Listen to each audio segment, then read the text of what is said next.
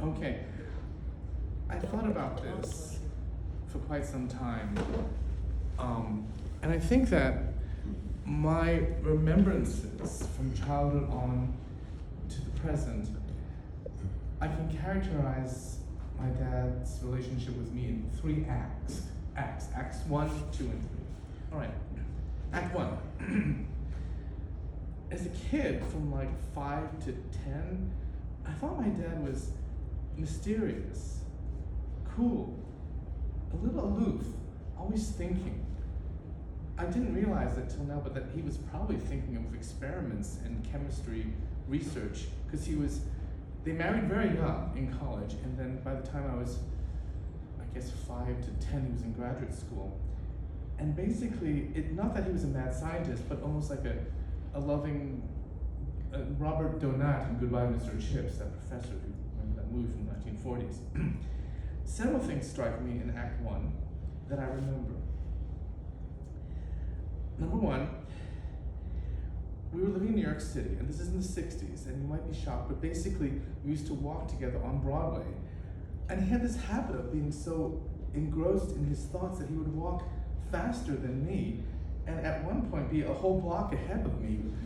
And I was a little bit irritated as a child, and at one specific time, I said, well, I'll show him. So instead of just running and following him, I ducked into, I don't remember, it was either a chock full of nuts, a restaurant where they had like, hot dogs and hot chocolate, or it was in a barber shop behind one of those big flag poles that barber shops used to have, that twirling red, blue, and white, like a flag type of thing. And I remember he came back, noticed I wasn't there, ran up and called my name, Bobby, Bobby, Bobby, and I went, boo! Another time is at the end of each school year, they were grading like excellence, satisfactory, unsatisfactory. Well, it wasn't hard to get all excellence, But they made a big deal. So basically at the end of school day, it was half day, my dad would always pick me up, and this happened all throughout grade school, and take me out to a Chinese restaurant. I remember it was called Harbin Inn on Broadway, and I'd get whatever I wanted. It was always dumplings.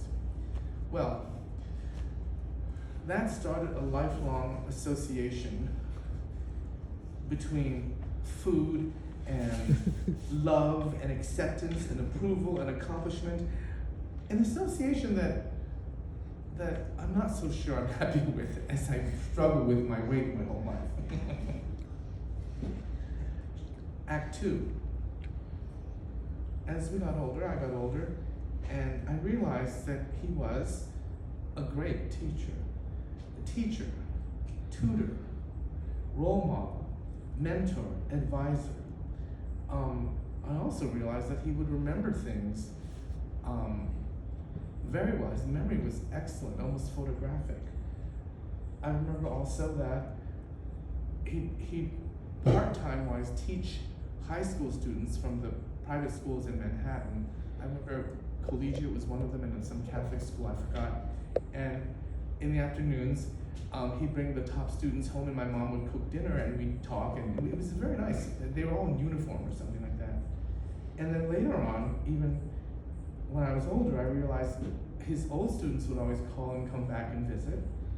At one point, though, it terrified me. I was in 8th grade, and at one point, he came very close to being the science teacher in my junior high school. My science teacher. Well, I threatened to just run away. I said, no, you're not, you get another job. I don't want you to work in the school I'm going to. Luckily, that never happened. I can imagine, I don't know how you feel about that, but can you imagine your mother and father being your teacher? It's horrible. Now, years passed, I'm almost into Act 3. I left home at 18. They were in New York, and I went to school, undergrad, graduate, military service, and came out here. So there were long gaps between Acts 1, Act 2, and Act 3, where I would see them only briefly holidays, they would sometimes spend 2 weeks in the summer here. They'd always come here because they wanted to come to California for the weather. And it was more like, you know, visitors. It wasn't like living with your mom and dad. And that was very nice. But I remember Act 3 is most profound, most deep, most telling, most loving. My mother had Alzheimer's, and it was progressively getting worse. For about 7 to 10 years is when I detected it, where she would repeat herself and not remember things. And they were living in New York, and my dad, at this time, was retired and basically became her full-time caregiver, doing everything with no help. I remember also that he would every morning have a beautiful breakfast laid out for her, like a hard-boiled egg, a banana, juice, coffee, everything. And then basically, I'd hear stories when he called about how she's doing worse and how he has to be up all night to take care of her. Sometimes she wanders, this or that. This lasted for the end stage about 3 to 4 years, if I'm correct, until she passed. But my point of all this is the nurturing, the love, the nurturing, the unselfish acts of taking care of your loved one in Act 3. I was flabbergasted. I myself, I'm not sure I could do something like that. Sorry, Mark. I'm not saying you're a nursing home right now. But basically, I mean, if you look at Act 1, where there was no indication in his 20s that he would be able to do this in his 80s. But I guess people change. People have it all in them for capability of acts, kindness, stepping up to the plate, inner strength, inner beauty, inner love that you don't know you have.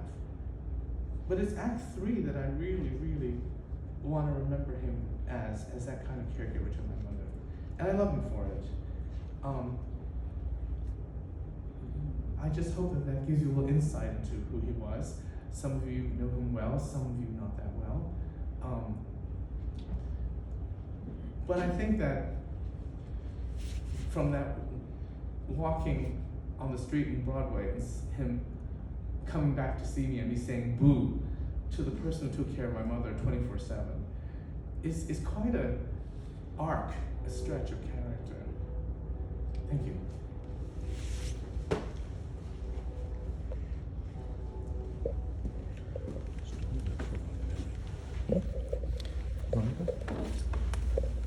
Oh, I'm sure Robert won't send me to the nursing home, will send me to active hospice.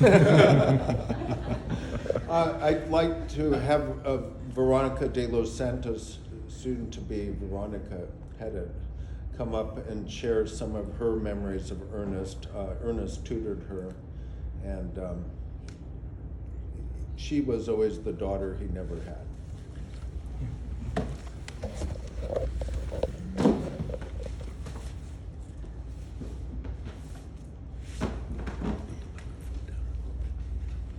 Good morning. So we gather here today to remember and celebrate the life of Ernest, a man whose impact on my life, and undoubtedly many others, was profound and enduring. I can't help but recall a recent conversation I had with my fiance, Sean. He pointed out something that took a good day for me to truly grasp.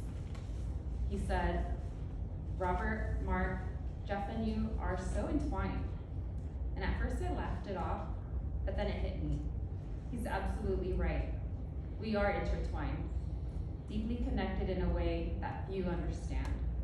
And I genuinely believe a lot of that has to do with the incredible relationship that I have with Ernest. Ernest and I shared many beautiful memories together. Our long conversations were always filled with curiosity and deep questions that allowed us to explore many topics together. Ernest had a unique ability to bring warmth and kindness, and his thoughtful presence will be deeply missed. If you knew Ernest, you knew he was sharp, witty, stubborn, fearless, driven, and proud. Ernest had a unique way of inviting me to dinner. He'd simply ask, "Want to have dinner with me?" And it was more than just a meal.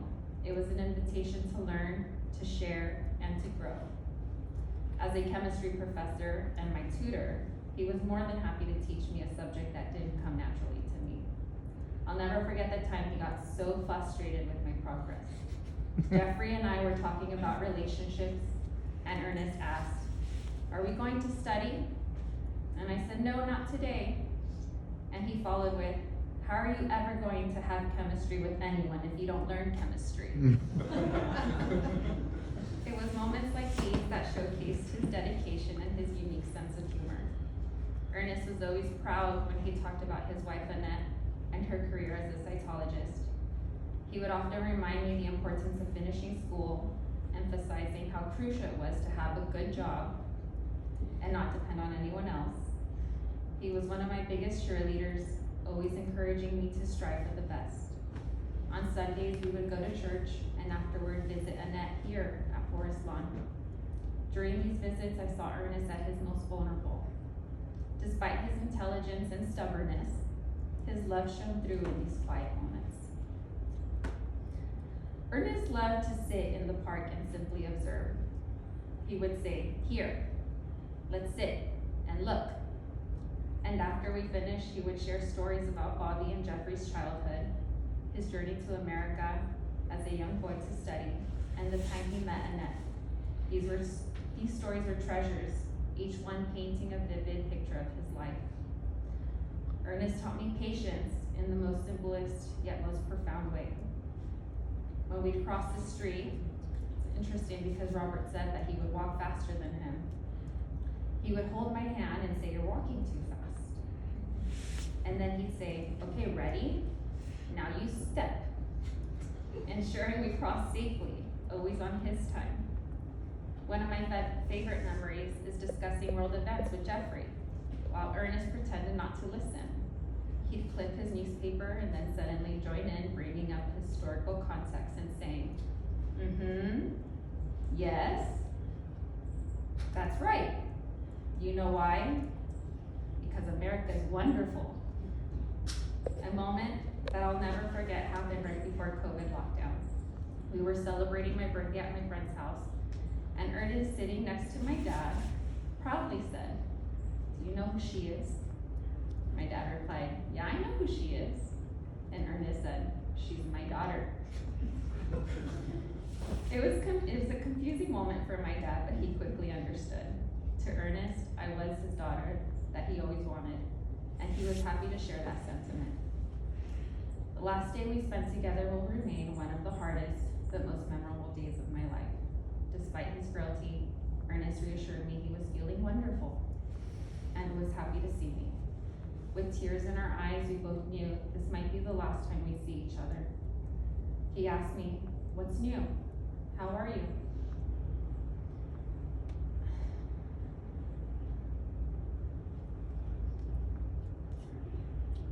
I reminded him that I had that good job. "That's right," he said. "You work at the hospital." And I let him know I was considering going back to school. And he looked at me, and I said, "But I won't have to take chemistry again." And that was probably a huge relief to him. And I reminded him I was getting married to Sean in a month, and he smiled. Sean is the chemistry. Ernest, your wisdom, love, and guidance have shaped me in ways I could never fully express. Thank you for being a mentor, a friend, and a father figure. You will forever be in my heart, and I will always strive to make you proud. Dad, you left an everlasting mark in our lives.